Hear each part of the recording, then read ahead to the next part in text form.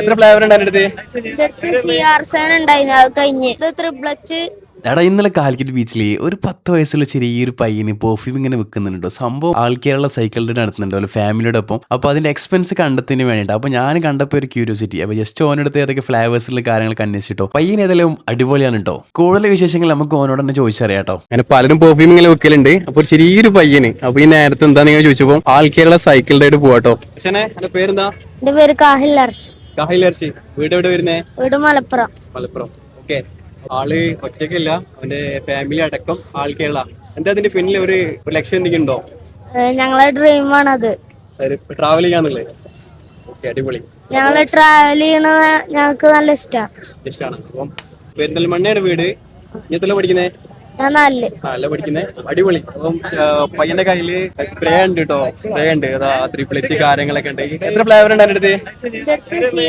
ഉണ്ടായിരുന്നു, അത് കഴിഞ്ഞ്. ഇത് ത്രിപ്ലച്ച്, ഐസ് മസ്ക്, പിന്നെ ക്ലബ് സിഗ്നേച്ചർ.